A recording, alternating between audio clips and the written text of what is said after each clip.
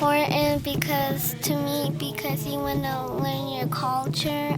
Because it shows people that our tradition is still alive. Dancing is a part of our culture, and this is about who we are. Hi, my name is Don Baldo. I'm the Acoma Learning Center Director and also the Acoma Rain Dancers Coordinator.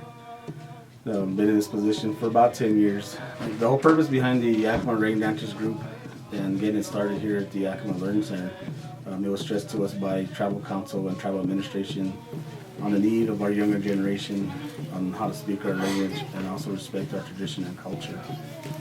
So our staff here at the library decided that why don't we start a dance group and practice with our own kids and also community children as well.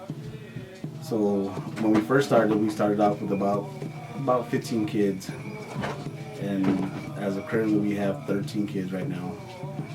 When we first started, our youngest one was 2 and our oldest one was 9. And within a year,